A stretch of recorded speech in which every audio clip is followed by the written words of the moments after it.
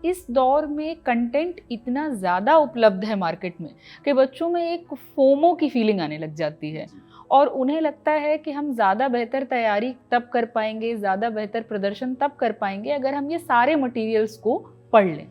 बेहतर है कि वो अगर एक ही सोर्स हो, मल्टीपल रिवीजन हो, तो ये सब डाउट कम आते हैं, सेल्फ कॉन्फिडेंस बढ़ता है। किसी भी टॉपिक को सिर्फ पढ़ लेने से तैयारी पूरी नहीं होती। आपको मेंटल मैपिंग करनी पड़ती है, आपको प्रश्न उठाने पड़ते हैं कि इस टॉपिक से यूपीएससी किस प्रकार के प्रश्न पूछ सकती है। जब बच्चा ये मानसिक मशक्कत करता है तब कहीं जाकर वो परीक्षा के लिए तैयार हो पाता है। 70 से 80% के बीच में जो बच्चे हैं अभी तक मॉक टेस्ट शुरू भी नहीं किए हैं, तो ये एक बड़ा मेजर इशू मुझे देखने को मिल रहा है कि स्टूडेंट्स को ये नहीं समझ आता है कि निर्धारित समय सीमा में वो प्रश्नों को हल कर पा रहे हैं या नहीं कर पा रहे हैं, महत्वपूर्ण एरियाज क्या हैं, किस एरिया पर कितना फोकस करना है, कहाँ उनकी स्ट्रेंथ लाई करती है, कहाँ वीकनेस है। ये जो एक तैयारी में बहुत महत्वपूर्ण विश्लेषण होना चाहिए, इस चीज़ से वो अछूते रह जाते हैं।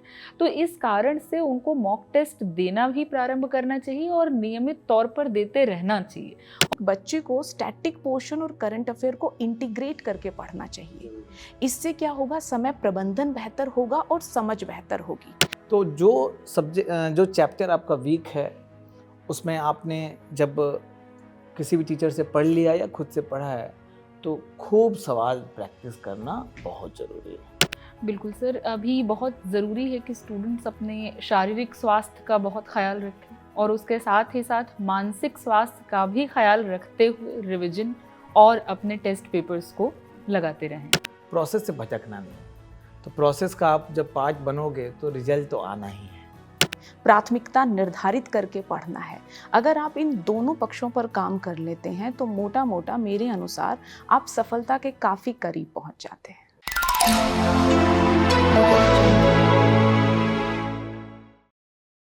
हेलो एवरीवन, विजन आईएएस के एक और महत्वपूर्ण पैनल डिस्कशन में आप सभी एस्पिरेंट्स का स्वागत है। और आज की हमारी ये जो बातचीत है वो यूपीएससी प्रीलिम्स 2025 पे आधारित होगी। हम लोग यूपीएससी प्रीलिम्स से संबंधित महत्वपूर्ण पहलुओं पर इसमें चर्चा करेंगे और जानने का प्रयास करेंगे कि लास्ट मोमेंट में आप एस्पिरेंट्स के साथ कौन से चैलेंजेस और कौन से मुद्दे आप लोग फेस करते हो। और इसलिए हम लोगों ने विस्तार से बातचीत करने के लिए विजन आईएएस के सीनियर फैकल्टीज़ को इस बातचीत में शामिल किया है। और इसमें राधा गुप्ता मैम हैं, इंद्रजीत सर हैं और सोना यादव मैम हैं। आप लोगों का स्वागत है। मैम, अब इस बातचीत की शुरुआत मैं आप ही से करूँगा और मेरा संदर्भ ये है कि जैसा कि हम लोग ने ये आमतौर पे देखा है कि लास्ट मोमेंट में, अब जबकि यूपीएससी प्रीलिम्स आने में लगभग 60 दिनों का समय है, तो ऐसे समय में अक्सर ये देखा जाता है कि स्टूडेंट्स के मन में काफ़ी सेल्फ डाउट होने लगते हैं, डिविएशन की स्थिति होती है और उनका कॉन्फिडेंस इन सब के कारण जो है ना नीचे चला जाता है। तो आप इसके बारे में, इस संदर्भ को ध्यान में रखते हुए कुछ बताना चाहें मैम। जी सर, ये जो आपने बात कही है ये एक बहुत महत्वपूर्ण चुनौती है जो एस्पिरेंट्स फेस करते हैं, क्योंकि इस चरण तक अपने तैयारी के पहुंचते पहुंचते उन्होंने बेसिक चीज़ें पढ़ ली होती हैं, उन्होंने नोट्स अपने तैयार किए होते हैं। अब समस्या ये आती है कि इस दौर में कंटेंट इतना ज़्यादा उपलब्ध है मार्केट में कि बच्चों में एक फोमो की फीलिंग आने लग जाती है और उन्हें लगता है कि हम ज़्यादा बेहतर तैयारी तब कर पाएंगे, ज़्यादा बेहतर प्रदर्शन तब कर पाएंगे अगर हम ये सारे मटेरियल्स को पढ़ लें।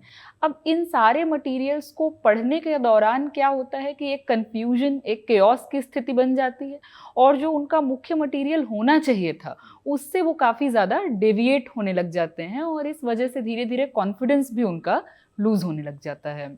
मतलब अधिक से अधिक पढ़ने के कारण जो है ना, डिविएशन और कॉन्फिडेंस पे असर पड़ता है। जी सर, आप अपने अनुभवों के आधार पे इसमें कुछ ऐड करना चाहेंगे सर? बिल्कुल आदित्य जी, जो हम भी स्टूडेंट रहे हैं, आप भी स्टूडेंट रहे हैं, तो हम लोग ये हमेशा लास्ट में ऐसा दिखता था कि चाहे साल भर पढ़ाई किए हों तो लगता था कि नहीं, इस बार अच्छे से तैयारी नहीं हो पाया, अगली बार अच्छे से दूंगा। और अभी भी जितने बच्चों से इंटरेक्शन करते हैं सबके मन में यही डाउट है। तो आप देखेंगे ये डाउट आता कहाँ से है। तो जैसा मैम ने कहा कि कोई एक सब्जेक्ट है, उसमें कोई नया मटेरियल किसी ने उसको सजेस्ट कर दिया या जेरोक्स शॉप पे उसने देख लिया, वो लेके आ गया। तो जो टाइम तो लिमिटेड है, जो बच्चे 9-10 घंटा पढ़ते हैं, तो उसमें या तो मल्टीपल सोर्स है और मुश्किल से एक रिवीजन हो पाएगा। बेहतर है कि वो अगर एक ही सोर्स हो, मल्टीपल रिवीजन हो, तो ये सब डाउट कम आते हैं, सेल्फ कॉन्फिडेंस बढ़ता है। लेकिन ये बहुत मेजर प्रॉब्लम है फोमो इफेक्ट के कारण कि बच्चे मल्टीपल सोर्स पे जाते हैं और जिस कारण से कॉन्फिडेंस चाहे एंजाइटी जो बहुत उसके साथ नकारात्मक प्रभाव पड़ता है। मतलब मल्टीपल सोर्स पे जाने के कारण जो है ना बिखराव की स्थिति होती है, बिल्कुल। जिससे कोई रिटेन नहीं कर पाते अपना पढ़ा हुआ, और अल्टीमेटली जो है ना वो उनका कॉन्फिडेंस लो जाता है। बिल्कुल। मैम, तो ये हमारे पास तो क्वेरी आती ही हैं, आपसे भी बच्चे मिलते होंगे, क्वेरी करते ही हैं, तो इसी में कुछ ऐड करें मैम इसमें। देखिए, बच्चों की एक सामान्य क्वेरी रहती है कि क्या ये डॉक्यूमेंट पढ़ना पर्याप्त है, और जब ये क्वेरी सामने आ रही है तो इसका तो भाव ही अपने आप में यही है कि बच्चे कहीं ना कहीं मटेरियल को देखकर भ्रमित हो रहे हैं, है ना। वो पढ़ना चाहते हैं जो दूसरा भी पढ़ रहे हैं, और वो भी पढ़ना चाह रहे हैं जो वो खुद पढ़ रहे हैं। तो जैसा मैम ने कहा कि इससे अल्टीमेटली बच्चे का कॉन्फिडेंस लो होता है। कॉन्फिडेंस लो होने के साथ साथ जैसा सर ने कहा कि बच्चा टाइम भी मैनेज नहीं कर पाता, और जब आप बहुत सारा कंटेंट पढ़ते हो, रिटेन करने की क्षमता सीमित है, कन्फ्यूजन बढ़ रहा है, तो जो आप पढ़ रहे हो उसे आप एग्जाम तक कैरी ही नहीं कर पा रहे। तो जो आप पढ़ रहे हो अगर एग्जाम तक कैरी नहीं कर पा रहे तो इस तरह के अध्ययन का कोई फायदा नहीं बचता है। समय सीमित है। अगर आप ज़्यादा से ज़्यादा रिसोर्सेज को, मल्टीपल रिसोर्सेज को फॉलो करने लगते हैं तो और जो महत्वपूर्ण चीज़ें थी वो आपसे छूट जाती हैं। और उन महत्वपूर्ण चीज़ों की सूची में मैं बात करना चाहूँगी मॉक टेस्ट की। एक बच्चा अपना अधिक से अधिक समय जो पुस्तकें हैं उनको पढ़ने में व्यतीत करता है, वो अभ्यास नहीं कर पाता है। तो ये सारे कुछ बेसिक इश्यूज हैं कि जब बच्चा मल्टीपल रिसोर्सेज को फॉलो करता है तो उसकी पूरी तैयारी की स्ट्रैटेजी ही जो है वो कहीं ना कहीं इससे प्रभावित होने लगती है। मैम, अब जैसे कि हम लोगों ने तो काफ़ी चीज़ों के बारे में बात कर लिया, जिसमें हमने चैलेंजेस को शामिल कर लिया, चैलेंजेस पे चर्चा हो गई, इश्यूज़ पे चर्चा हो गया। अब थोड़ा स्पेसिफिक होने की बात है अब कि क्या अब इस समय में करना चाहिए और क्या नहीं करना चाहिए। एक तरह से कहा जाए तो प्रायोरिटी क्या होनी चाहिए स्टूडेंट्स की, इसके बारे में थोड़ा हमें बताएं मैम। देखिए, अभी लगभग 2 माह का समय शेष है। इसमें मैं कहना चाहूँगी कि बच्चे अपने पहले कुछ दिन जो मूलभूत विषय हैं उनकी तैयारी पर डेडिकेट कर सकते हैं। अगर मैं मूलभूत या कोर सब्जेक्ट्स की बात करूं तो हम सभी जानते हैं जैसे पॉलिटी, हिस्ट्री, इकोनॉमी, एनवायरनमेंट, है ना, ये सारे सब्जेक्ट्स ऐसे हैं जो कोर क्रिएट करते हैं। तो बच्चा इन पर फोकस करे, और इन पर फोकस करने के साथ साथ सब्जेक्ट स्पेसिफिक भी बच्चा प्रायोरिटाइज कर सकता है चीज़ों को, और करना ही होगा। जैसे अगर मैं इकोनॉमी के पॉइंट ऑफ व्यू से बताना चाहूँ तो कुछ एरिया है जहां से बार बार यूपीएससी ने प्रश्न पूछे हैं। जैसे मुद्रा और बैंकिंग की बात की जाए तो विगत 10 वर्षों में 40 से ज़्यादा प्रश्न यूपीएससी ने यहीं से पूछे हैं, और मोटा मोटा यही स्थिति बाह्य क्षेत्र के संदर्भ में भी देखने को मिलती है। बच्चे को जो इवॉल्विंग ट्रेंड है उनको भी पकड़ना पड़ेगा। जैसे पिछले कुछ सालों में एग्रीकल्चर और जो हमारा स्टॉक मार्केट है, ये ऐसी थीम्स हैं जो एग्जाम पॉइंट ऑफ व्यू से काफ़ी इम्पॉर्टेंट हो गई है।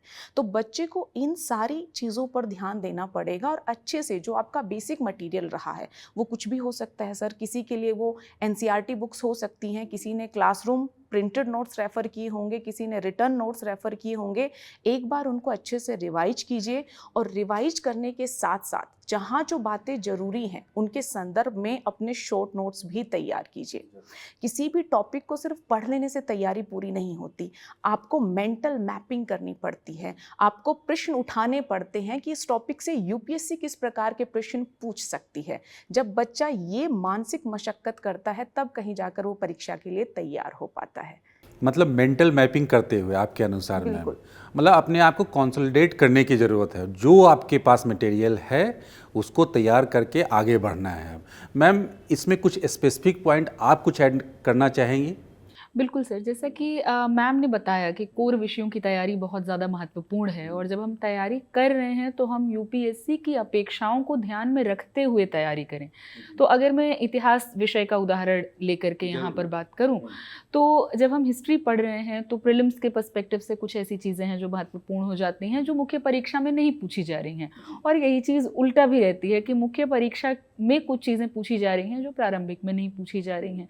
तो हमको पीवाईक्यूज़ को ध्यान में रखते हुए कि किस किस टॉपिक पर प्रश्न ज़्यादा आते हैं। जैसे हिस्ट्री में हम लोग देखते हैं कि अशोक के अभिलेखों पर प्रश्न काफ़ी ज़्यादा पूछा जाता है, बौद्ध दर्शन पर काफ़ी प्रश्न पूछे जाते हैं, या कई सारे जो अधिनियम रहे हैं मॉडर्न इंडिया में उससे संबंधित प्रश्न काफ़ी पूछे जा रहे हैं, स्थलों पर प्रश्न आते हैं। तो इन चीज़ों को ध्यान में रखते हुए हमको अपनी तैयारी ओरिएंट करने की आवश्यकता है। अब इस समय क्योंकि स्टूडेंट्स प्रारंभिक परीक्षा के दृष्टिकोण से पढ़ाई करेंगे और आपको एक ऐसा मटेरियल चाहिए जिससे आप अपना बेहतर रिवीजन कर सकें, तो क्यूआरएम का मटेरियल जो हम लोगों ने प्रिपेयर किया है वो एक बहुत बेहतर रिसोर्स हो सकता है स्टूडेंट्स के लिए, जिससे वो अपना बार बार रिवीजन कर सकें। और साथ ही PYQs को ध्यान में रखते हुए जो चीज़ें उनको वहाँ एडिशंस लगते हैं वो उसको कर सकते हैं उस मटेरियल। QRM के साथ सर कुछ और ऐड करना चाहें आप? सर मैं मैम के बात से बिल्कुल सहमत हूँ, खासकर QRM के सेंस में। मुझे लगता है QRM is one of the best, one of the finest document for prelims. तो इसमें जब क्लास में जब टीचर डिक्टेट कराते हैं और अच्छा डिक्टेशन है तो नो डाउट वो आपका एक रेफरेंस मटेरियल हो सकता है। लेकिन QRM में प्रीलिम्स पॉइंट ऑफ व्यू से और डिटेल में दिया हुआ है। सबसे अच्छी बात क्या है कि वहाँ पे स्पेस बहुत है, तो एक तरह से वो घर की तरह है कि कहीं अगर मॉक में आपने कोई पॉइंट देखा और एनालिसिस में तो वहाँ से उठा के उस घर में शामिल कर दिए। आपने करेंट अफेयर में कुछ देखा तो उसको उठा के घर में शामिल कर दिया। जो मैं बहुत सारे बच्चों को ये कहता भी हूँ कि मैम कहीं जैसे सब्जेक्ट में एक एग्जांपल देना चाहता हूँ कि आपको वो क्रोनोलॉजी याद होना बहुत ज़रूरी है कि कौन सा एक्ट आया, कब आया और कौन से एक्ट, और वो एक पेज पे होना चाहिए कि किस एक्ट में क्या प्रोविज़न थे। जब तक एक पेज पे नहीं होता है तो क्या होता है कि वो आप सही से माइंड मैप नहीं कर पाओगे। वायसराय की क्रोनोलॉजी है, जैसे पॉलिटी में आप देख लीजिए एग्जांपल कि हम जो बहुमत के प्रकार पढ़ते हैं तो कोई सा बहुमत, जैसे आर्टिकल 3 में एक बहुमत है साधारण बहुमत, आर्टिकल 368 में एक अलग प्रकार का बहुमत है, आर्टिकल 61 में एक अलग प्रकार का बहुमत है जो अभियोग लगाते हैं, महाभियोग लगाते हैं। तो ये एक पेज पे आना बहुत ज़रूरी है और वो QRM में है। साथ में आपको भी कुछ चीज़ का शॉर्ट नोट्स बनाना चाहिए जो इस तरह के जो जगह जगह फैले हुए चीज़ें। और PYQ एनालिसिस हमेशा, जो मैं इस पर हमेशा बल देता हूँ और विजन आइज पूरा बल देता है। PYQ का जब ट्रेंड एनालिसिस आप करेंगे तो उसमें आप देखेंगे कि जो टॉपिक रिपीट हो रहा है ठीक है, लेकिन ये भी आप देखेंगे कि जो टॉपिक एक बार पूछ चुका है ना तो उसमें एक लेवल पे थोड़ा ज़्यादा डेप्थ पे जा रहा है वो।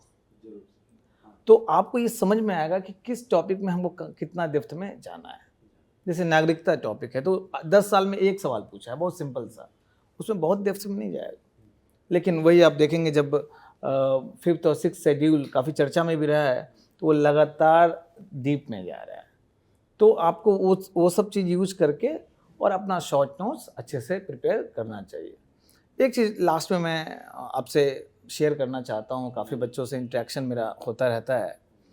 एक जो मेजर इशू है कि बच्चों को लगता है कि मैं जब कंप्लीट तैयारी कर लूँगा उसके बाद मैं मॉक टेस्ट दूंगा और सबसे बढ़िया नंबर लाऊंगा। और ये तैयारी एक प्रक्रिया है जो कभी पूरा नहीं होता है। तो ये मैं दावा करता हूँ कि मतलब 3/4 मतलब 70 से 80% के बीच में जो बच्चे हैं अभी तक मॉक टेस्ट शुरू भी नहीं किए हैं। तो ये एक बड़ा मेजर इशू मुझे देखने को मिल रहा है। तो सर मैं आपके बात से ही इस चर्चा को थोड़ा सा आगे बढ़ाऊंगा कि मतलब आपने जैसा बताया कि 70-80% स्टूडेंट ने अभी स्टार्ट भी नहीं किया टेस्ट देना, तो मतलब एक इसके पीछे कुछ स्ट्रॉन्ग रीज़न तो होगा जिसके कारण कि इतना बड़ा नंबर जो है ना टेस्ट सीरीज़ के इम्पोर्टेंस को नहीं समझ पा रहा है। तो मैम इसकी शुरुआत मैं आप ही से करना चाहूँगा कि क्या कारण है और क्या ये संदर्भ है, इसके बारे में थोड़ा समझाएं। जी सर, बिल्कुल ये सामान्य एक समस्या है सर जो तैयारी के दौरान भी स्टूडेंट्स में देखने के लिए मिलती है, और जब मॉक टेस्ट अभी प्रीलिम्स के पर्सपेक्टिव से उनको हल करना चाहिए तब भी ये समस्या बनी रहती है। स्टूडेंट्स में विचार क्या रहता है कि अभी हमने इस टॉपिक को पूरी तरह से पढ़ा नहीं है, अभी हमने उसको प्रॉपरली रिवाइज नहीं किया है, तो इसलिए हम बहुत बेहतर प्रदर्शन कर नहीं पाएंगे। अब यहाँ सबसे महत्वपूर्ण बात क्या है कि ये तैयारी कभी पूरी होने वाली नहीं है, हर समय आपको कुछ ना कुछ पढ़ते रहना है, रिवाइज करते रहना है। तो ये एक जो पूरी तरह से कॉन्फिडेंस नहीं आ पाने वाली समस्या है, इसके वजह से टेस्ट हल नहीं करते हैं। और इसका सबसे बड़ा नुकसान क्या होता है कि स्टूडेंट्स को ये नहीं समझ आता है कि निर्धारित समय सीमा में वो प्रश्नों को हल कर पा रहे हैं या नहीं कर पा रहे हैं, महत्वपूर्ण एरियाज क्या हैं, किस एरिया पर कितना फोकस करना है, कहाँ उनकी स्ट्रेंथ लाई करती है, कहाँ वीकनेस है। ये जो एक तैयारी में बहुत महत्वपूर्ण विश्लेषण होना चाहिए, इस चीज़ से वो अछूते रह जाते हैं। तो इस कारण से उनको मॉक टेस्ट देना भी प्रारंभ करना चाहिए और नियमित तौर पर देते रहना चाहिए और उसका एक विश्लेषण भी करते रहें कि हमने टेस्ट दिया है तो इस टेस्ट में हमारा क्या परफॉर्मेंस है, उस परफॉर्मेंस में मजबूती क्या रही है, किस एरिया में चीज़ें ज़्यादा बेहतर हल कर पाए हैं, कहाँ नहीं कर पा रहे हैं। तो इन चीज़ों का भी साथ में उनको एक नोट प्रिपेयर करते रहना चाहिए ताकि आगे उनकी तैयारी और बेहतर हो सके। तो मैम, जो मैं आपकी बात से समझ पाया हूँ कि एक निश्चित संख्या में मॉक टेस्ट लगाने हैं जी। तो मैम इसमें पोस्ट टेस्ट एनालिसिस जैसे एस्पेक्ट्स का कितना महत्वपूर्ण योगदान हो सकता है? जी सर, बिल्कुल। लेकिन मैं पहले जो मैम ने बात कही उसी के संदर्भ में अपनी चर्चा को कंटिन्यू करना चाहूँगी कि बच्चे जो कहीं ना कहीं अभी भी इस भ्रम में है मैम कि हम सिर्फ पढ़कर एग्ज़ाम को क्वालिफाई कर सकते हैं। हमारे पास टॉर्च बीयरर कौन है? वो लोग जिन्होंने इस एग्ज़ाम को क्वालिफाई किया है। और जब कभी हम उनके इंटरव्यू सुनते हैं तो ये पता चलता है कि उन्होंने कभी भी अपनी तैयारी में परफेक्शन को प्राप्त करने की कोशिश नहीं की। और ये प्रमाणित भी है कि यूपीएससी की इस यात्रा में जो परफेक्शन को प्राप्त करना चाहता है वो आई डोंट नो परफेक्शन तो प्राप्त कर पाता है या नहीं कर पाता, लेकिन हाँ, सिलेक्शन जरूर नहीं हो पाता है।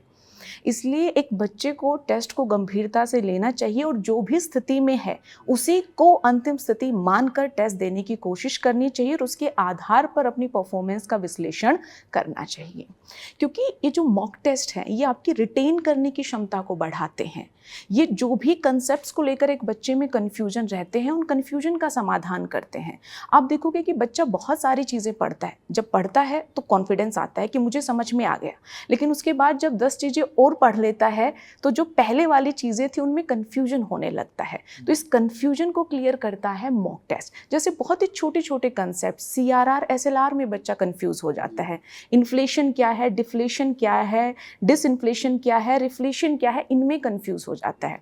यहाँ तक छोड़िए, आप पेमेंट बैंक या स्मॉल फाइनेंस बैंक जैसी जो अवधारणाएं हैं या जो व्यवस्था है उसमें एक बच्चा अंतर नहीं कर पाता है।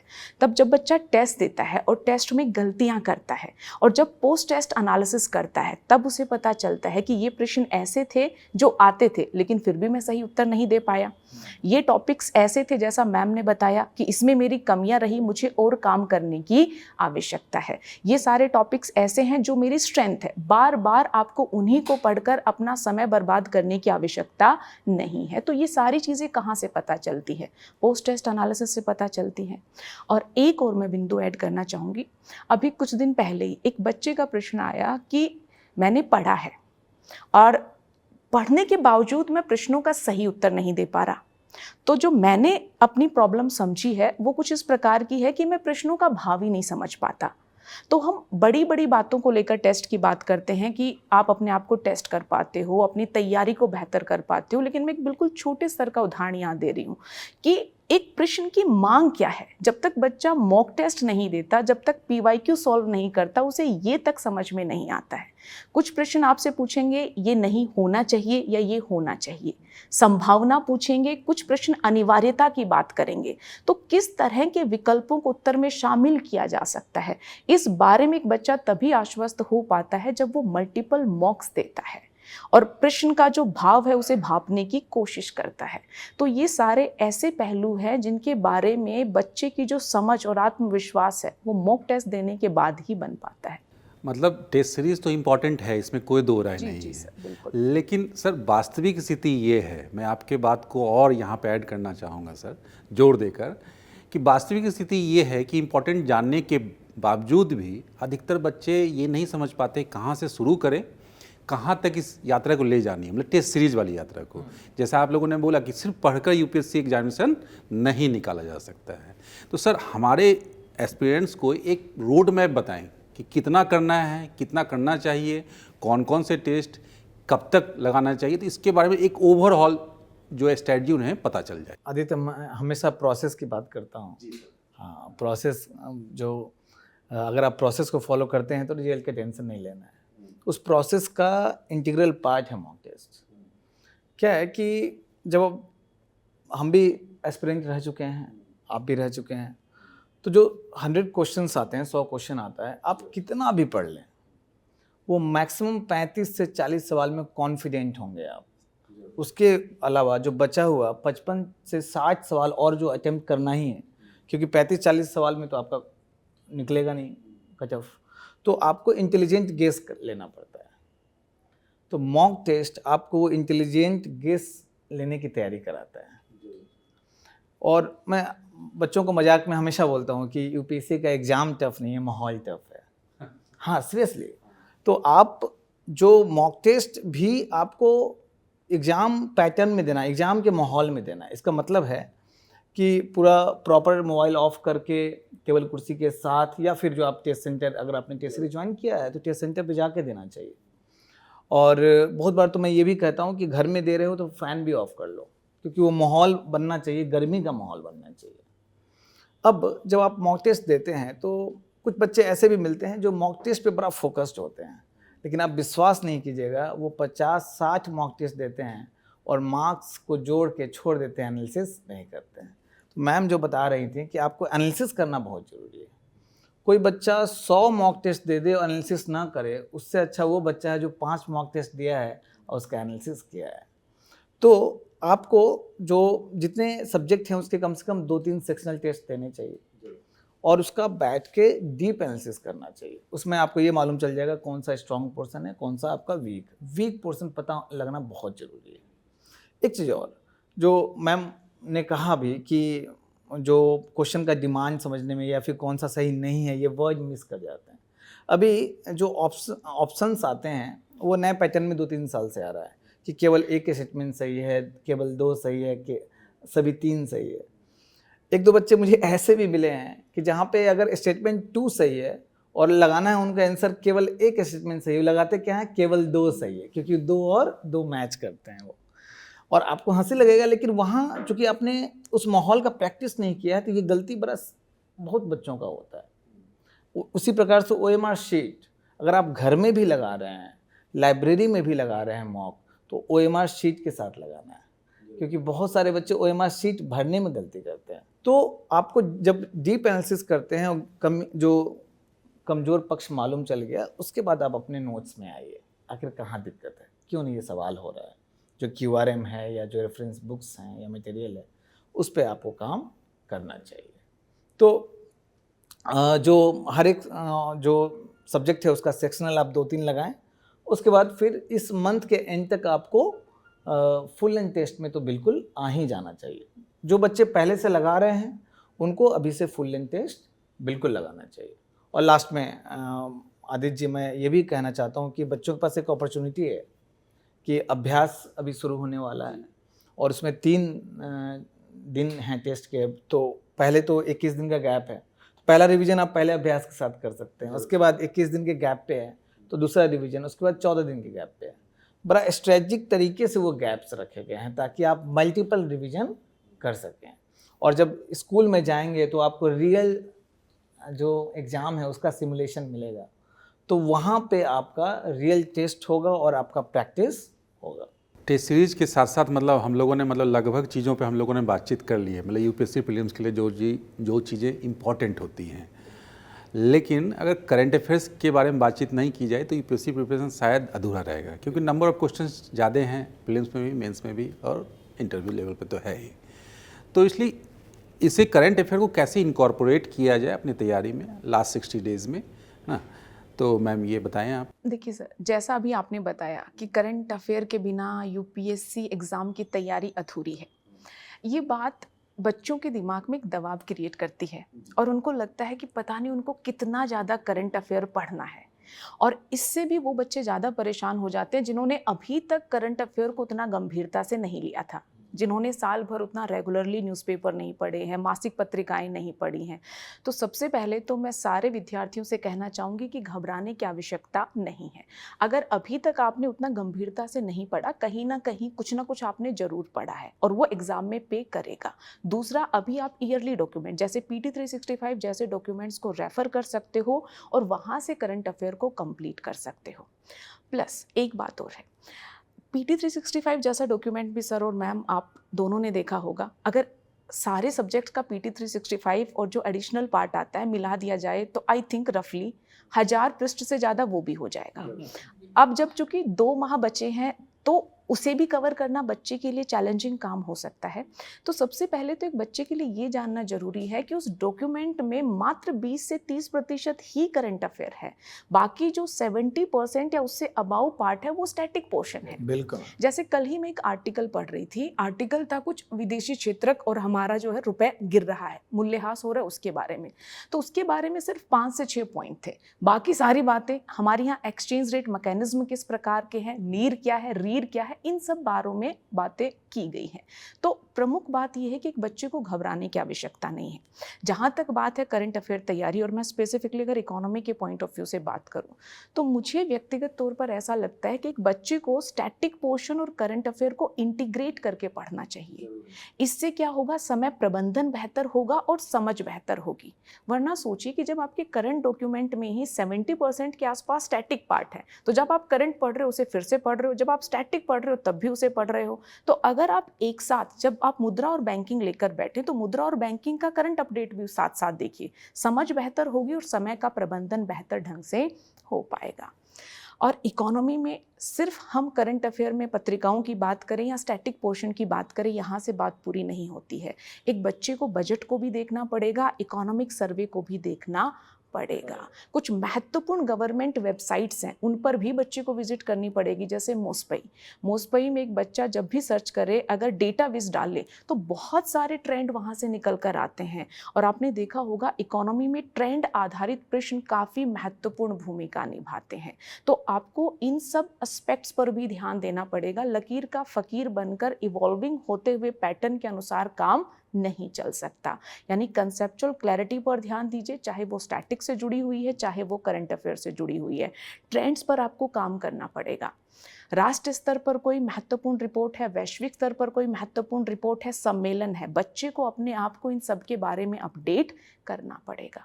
महत्वपूर्ण बदलाव क्या हो रहे हैं, कृषि क्षेत्र में क्या हो रहे हैं, सेकेंडरी मार्केट में क्या हो रहे हैं, मुद्रा और बैंकिंग में क्या हो रहे हैं, इनके बारे में भी एक बच्चे को अवेयर होना पड़ेगा। क्योंकि इकोनॉमी तो सब्जेक्ट ही डायनामिक है, बिना करंट अफेयर समसामयिकी के हम अर्थव्यवस्था की कल्पना भी नहीं कर सकते, है ना। तो इस तरह से एक बच्चे को करंट को इंटीग्रेट करना पड़ेगा और बिल्कुल ना घबराते हुए सही स्ट्रैटेजी के साथ जितना महत्व है उस पर ध्यान देते हुए अगर करंट को स्टैटिक से लिंक करके वो पढ़ता है तो मैं वो बिल्कुल विश्वास के साथ कहती हूँ कि बच्चे को करंट अफेयर को लेकर कहीं कोई चिंता नहीं हो। जरूर मैम, मतलब स्टैटिक से लिंक करते हुए करना है, मतलब रैंडमली कुछ चीज़ें यूपीएससी में नहीं आती हैं। तो मैम यही सवाल आपसे भी है मैम, आप अपने अनुभव से ये कुछ और इस पे ऐड करना चाहेंगे कि स्टैटिक से कैसे लिंक करते हुए, या आपने विषय में आप कुछ बताना चाहें तो उसके बारे में बताएं। बिल्कुल सर। अभी जैसे कि मैम इकोनॉमी विषय के बारे में बात कर रही थी कि करंट अफेयर्स के साथ बगैर जोड़े हम उस विषय को नहीं पढ़ सकते हैं। इतिहास में सामान्य तौर पर मैंने स्टूडेंट्स में ये धारणा देखी है कि उनको लगता है इतिहास में करंट क्या ही होगा। तो जब हिस्ट्री हम पढ़ रहे हैं तो एक ये आइडिया है कि बहुत स्टैटिक सब्जेक्ट है। तो यहाँ समझने की आवश्यकता ये है कि जो हो चुका है वो तो नहीं बदलेगा, लेकिन जो हुआ है पास्ट में उस पर हमारी जो जानकारी है उसमें इजाफा हो सकता है। जैसे अगर हम हड़प्पा सभ्यता की ही बात करें, 1924 में ऑफिशियल अनाउंसमेंट हो रहा है उसके डिस्कवरी का, उसके पहले तो पता भी नहीं था कि ये कितनी विकसित सभ्यता रही भी।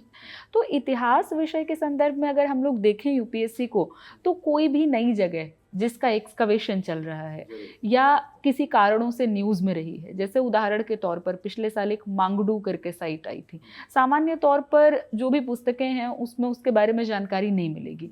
तो कोई ऐसी नई साइट है जहाँ से हमें कुछ जानकारी का पता लग रहा है, या घंटाशाला करके एक साइट है जो न्यूज़ में रही थी। आप प्रश्नों को भी देखेंगे, रामानुजाचार्य पे एक प्रश्न पूछा गया था, तो प्रश्न में ही शुरुआत में लिखा है कि हाल ही में रामानुजाचार्य की प्रतिमा का अनावरण किया गया। उसको ध्यान में रखते हुए आगे फिर उन्होंने पूछा है कि रामानुजाचार्य की फिलॉसफी क्या थी, और फिर उन्होंने स्टेटमेंट्स दे दिए हैं। तो इतिहास में हमको ये ध्यान में रखना है कि महत्वपूर्ण व्यक्तित्व कौन से न्यूज़ में रहे हैं, कौन सी महत्वपूर्ण ऐसी शब्दावलियां हैं जो न्यूज़ में रही हैं किसी कारण से, किन स्थलों पर उत्खनन चल रहा है, ये चीज़ें हमको ध्यान में रखनी पड़ेंगी। अब इसके लिए एक स्टूडेंट एएसआई की ना वेबसाइट्स को विजिट कर सकते हैं, ना उनके डॉक्यूमेंट्स को पढ़ना उनके लिए वायबल है। तो बेहतर तरीका क्या है कि पीटी 365 में जो हमारी कवरेज होती है, पूरे साल में किन स्थलों के बारे में चर्चा रही है, कौन से पर्सनालिटीज़ हैं न्यूज़ में रही हैं, कौन से मंदिर हैं या अन्य धर्मों से जुड़े हुए स्थल हैं जो न्यूज़ में रहे हैं, आप उसको ध्यान में रखते हुए स्टैटिक पोर्शन के साथ जोड़िए। कि कोई नया महापाषाण स्थल अगर हमें पता लगा है, महापाषाण स्थल के बारे में हम पढ़ रहे हैं, नया स्थल क्या जुड़ा उस साल में, उसके बारे में हम पढ़ाई कर लें। वो एक बहुत बेहतर तरीका है और इससे काफ़ी ज़्यादा लाभ होगा। खास करके जो कला और साहित्य वाला हिस्सा है, वहाँ स्टूडेंट्स को इससे काफ़ी लाभ मिलेगा, क्योंकि प्रश्न करंट से जुड़े हुए काफ़ी ज़्यादा रहते हैं। मतलब करंट से जुड़े हुए प्रश्न ज़्यादा रहते हैं, ये बच्चों के मन में रहता भी है, लेकिन इसको कैसे मैनेज किया जाए सर, इस पर थोड़ा सा एक और ओवरऑल हमें बता दीजिए सर। कि मैम ने बड़ा डिटेल में बताया है कि जो लगभग 1000 पेज हो जाता है और ये PT कहना 365 ना? बिल्कुल, और कहना आसान है लेकिन उसको पढ़ना टफ है। लेकिन मैं हमेशा कहता हूँ बच्चों को कि आप PYQ को मत बोलो, हमेशा वो आपको दिशा दिखाता है कि यहाँ जाना है, वो है PYQ। PT 65 में भी उसी चीज़ को अंडरलाइन करना है अगर आपने ट्रेंड एनालिसिस अच्छे से किया है। तो जैसे कि पॉलिटी में आप देख लें कि पिछले 10 सालों में 28 क्वेश्चन फंडामेंटल राइट DPSP से है, 30 क्वेश्चन पार्लियामेंट से है, 1 क्वेश्चन नागरिकता से है 10 सालों में। लेकिन 5th शेड्यूल, 6th शेड्यूल हर अल्टरनेटिव ईयर पर रिपीट कर रहा हो, इस पर चर्चा में भी है लद्दाख में। तो आपको PYQ का ट्रेंड एनालिसिस, पहले मैंने ये भी बोला था कि जो पूछा जा चुका है वो अगला स्टेप पे पूछ रहा है। राष्ट्रपति का चुनाव, अब सोचिए कि जो लास्ट ईयर क्वेश्चन आया था कितना टफ क्वेश्चन था, उससे पहले बहुत आसान सवाल पूछे जा रहे थे, अब धीरे धीरे टफनेस की तरफ जा रहा है। तो अब जब आप PT 65 पढ़ते हैं या फिर मंथली मैगजीन पढ़ते हैं या फिर आपका जो भी सोर्स हो, वहाँ पे देखिए कि क्या ट्रेंड रहा है, उसमें किस डेप्थ पर हमको पढ़ना है। और खासकर पॉलिटी में देखा गया है कि करेंट के लिंक स्टैटिक क्वेश्चन होते हैं। अब जो स्कीम्स है जैसे सोशल जस्टिस में या फिर आपका इसमें इकोनॉमी में स्कीम्स है, तो उसमें थोड़ा स्मार्टली आपको पढ़ना पड़ेगा। जब आप PYQ देखोगे तो जो फ्लैगशिप स्कीम है उस पर स्टेटमेंट पे सवाल आता है, 3 स्टेटमेंट होगा, कौन सा सही है, ऐसा आता है। और लेकिन जो सिंपल स्कीम है बहुत ज़्यादा मतलब उसको आपको डेप्थ में नहीं पढ़ना है। जैसे स्वयं पोर्टल किससे संबंधित है, एक वर्ड आपको पता होना चाहिए बस उसमें। तो एक पेज में वही PT 65 में ही जो इंडेक्स है उसके बगल में ही जो छोटे स्कीम है उसके एक एक शब्द में 2-2 शब्द में उसके बारे में लिख लीजिए, उसी को बार बार रिवाइज कर लीजिए।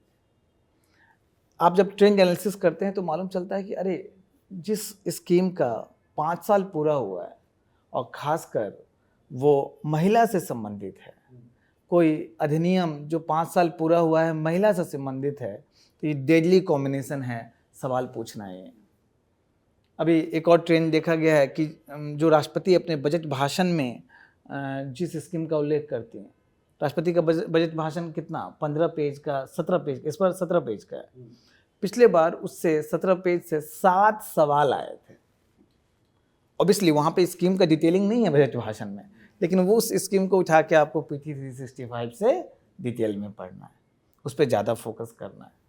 तो आप में वो स्मार्टनेस होना चाहिए ट्रेंड एनालिसिस करने का, और जिसे मैंने राष्ट्रपति भाषण का कहा, तो इन सब माध्यम से इसको आप बहुत कम कर सकते हैं।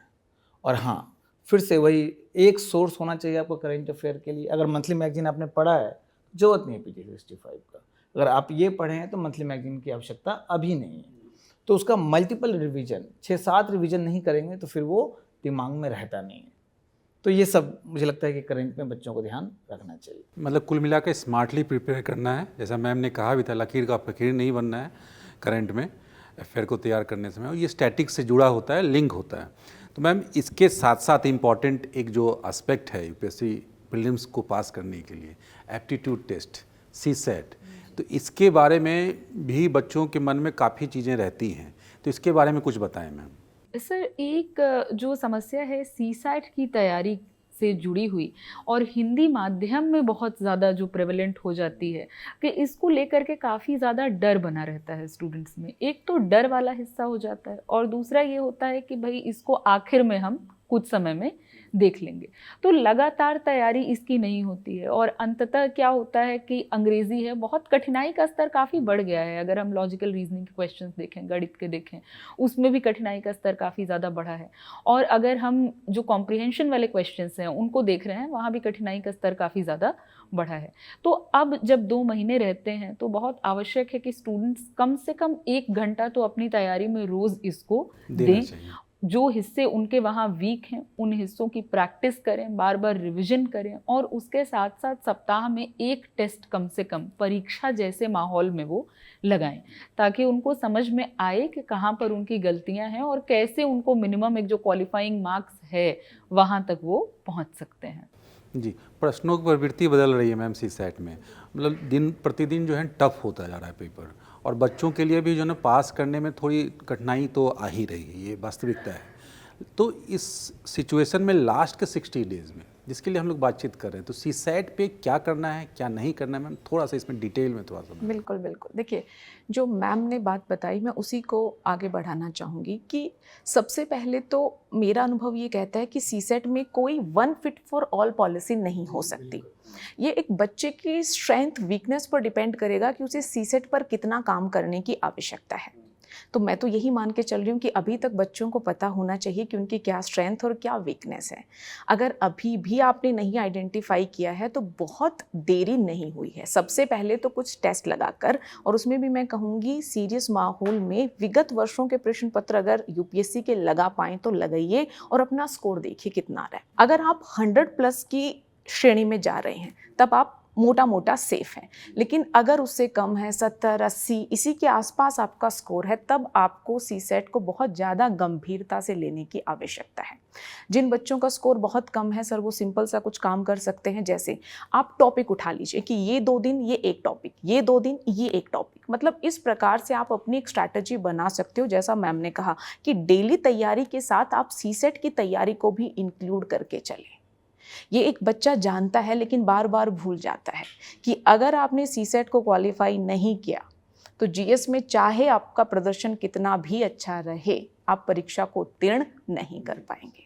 जिन बच्चों को आत्मविश्वास है, 100 से ज़्यादा वो इजीली स्कोर कर पा रहे हैं, उन्हें भी सीसेट को हल्के में नहीं लेना है। अभ्यास जरूरी है। उनके लिए हो सकता है किसी टॉपिक स्पेसिफिक तैयारी की आवश्यकता उतनी ना हो, लेकिन वो मॉक टेस्ट और पीवाईक्यूज को सॉल्व करके अपनी रिवीजन को जारी रख सकते हैं। क्योंकि मैथ्स वगैरह में सिंपल फॉर्मूले, सिंपल कैलकुलेशन अगर लंबे टाइम तक हम ना करें तो वो टाइम टेकिंग हो जाती है। सीसेट में प्रॉब्लम ये नहीं है कि कोई व्यक्ति उसे क्वालिफाई नहीं कर पा रहा, उतनी बौद्धिक क्षमता नहीं है। प्रॉब्लम ये है कि सीमित समय में आपको उसे अटेम्प्ट करना है और उसके लिए कैलकुलेशन चीज़ों को लेकर आपकी एक समझ होनी चाहिए, अभ्यास होना चाहिए, तब आप इस काम को अच्छे से कर सकते हैं।